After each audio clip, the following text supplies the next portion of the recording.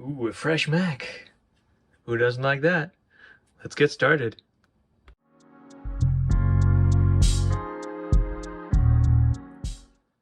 Hello everyone and welcome to a new video. In today's video we're going to take a look at the Mac Mini. Not to be confused with the Mac Mini. Anyway, this is the new Mac Mini M2. In fact, this is the Mac Mini with M2 Pro chip. So, without further ado, let's get all that off and reveal the magnificence that is inside.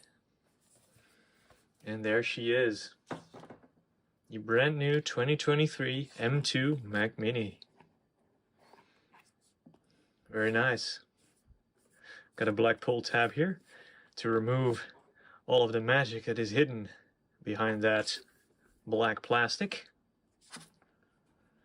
We'll get into the box in a little bit. Let's put the old Mac Mini next to it. This is the M1 Mac Mini. This is a 8-core, 8 GPU core, 16 GB of RAM, base SSD Mac Mini M1 from November 2020. This is the brand new 2023 M2 Pro. Let's do the peel. Now let's see what it looks like on the back. There we go, that was the bottom peel. And here we have Mac Mini. Let's do the back peel now, nice and slow.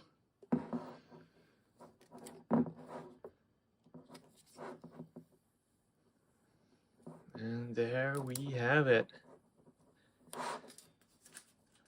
All right.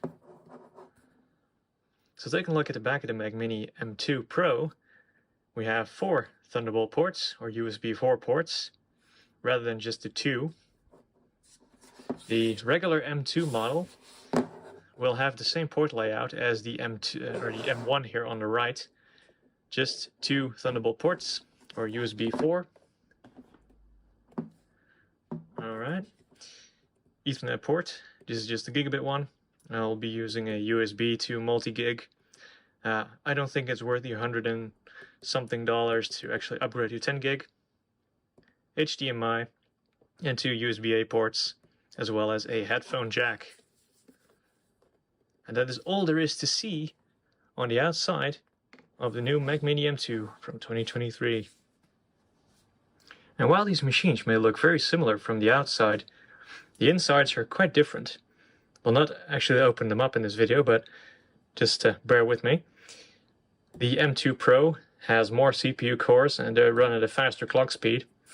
The regular M1 here has 4 performance cores at 3.2 GHz and 4 efficiency cores that run at somewhere around the 2 GHz mark. While the M2 Pro here has 6 performance cores. This is the 10-core model. So it has 6 performance cores, 4 efficiency cores. The performance cores run at 3.7 GHz now, and the efficiency cores run at 2.4. So it's a good uplift in terms of clock speed right there. This one has 8 GPU cores, the M1, same as the new M2. I think those actually have 10 now. And this one has 16 GPU cores. GPU cores themselves are a bit faster as well. They're looking at about a 30% generational uplift between M1 and M2. The SSDs are a bit different as well. This has the 256 gig consisting of 2 chips.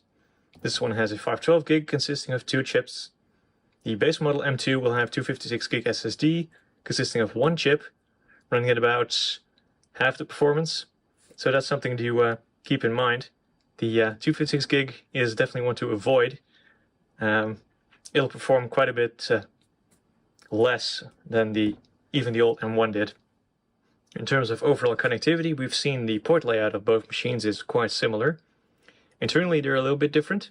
The Wi-Fi chip on the M2 has been upgraded from Wi-Fi 6 to Wi-Fi 6E, so it now supports the 6 GHz band. So that's a nice little uplift there. The HDMI port on the back is now capable of HDMI 2.1. It will do 8K at 60 Hz. The old one did HDMI 2.0, which did 4K at 60 Hz. the Thunderbolt ports will do a 6K displays. You can do 2 at once on the M2 Pro, and on the regular M1 here on the right and the regular M2 you can only do 2 displays in total, one through the HDMI and one through the Thunderbolt ports. So that's a little bit of difference as well. And here we have both Mac Minis side by side. Here on the left we have the Mac Mini M2 Pro, and here on the right we have the Mac Mini M1. Both have their own designated screens, and yep, we're ready to go ahead and push them side by side and see what the performance difference really is. So let's get started. Alright, here we can see the scores side by side from Geekbench. As you can see, the single core score really didn't differ all that much from the M1 to the M2. It's mostly the higher clock speeds that give it better performance. Multi-core score is quite a bit higher though. That's down to the extra P cores and the higher clock speeds overall. So if you put that across all of the 10 cores that the M2 Pro has, it's a little bit faster than that the M1 was. So that's to be expected.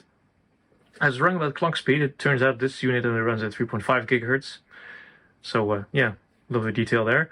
Also very interesting, it does not appear to actually support this Mac just yet, Geekbench 5, because it's reported as a Mac 14,12.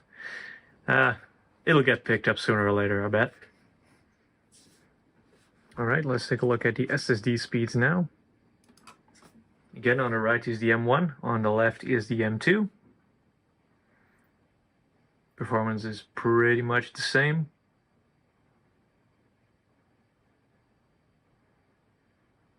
Yep, just about 3 gigabytes read and write. Perfectly acceptable.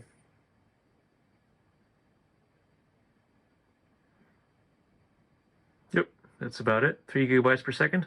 Not too shabby.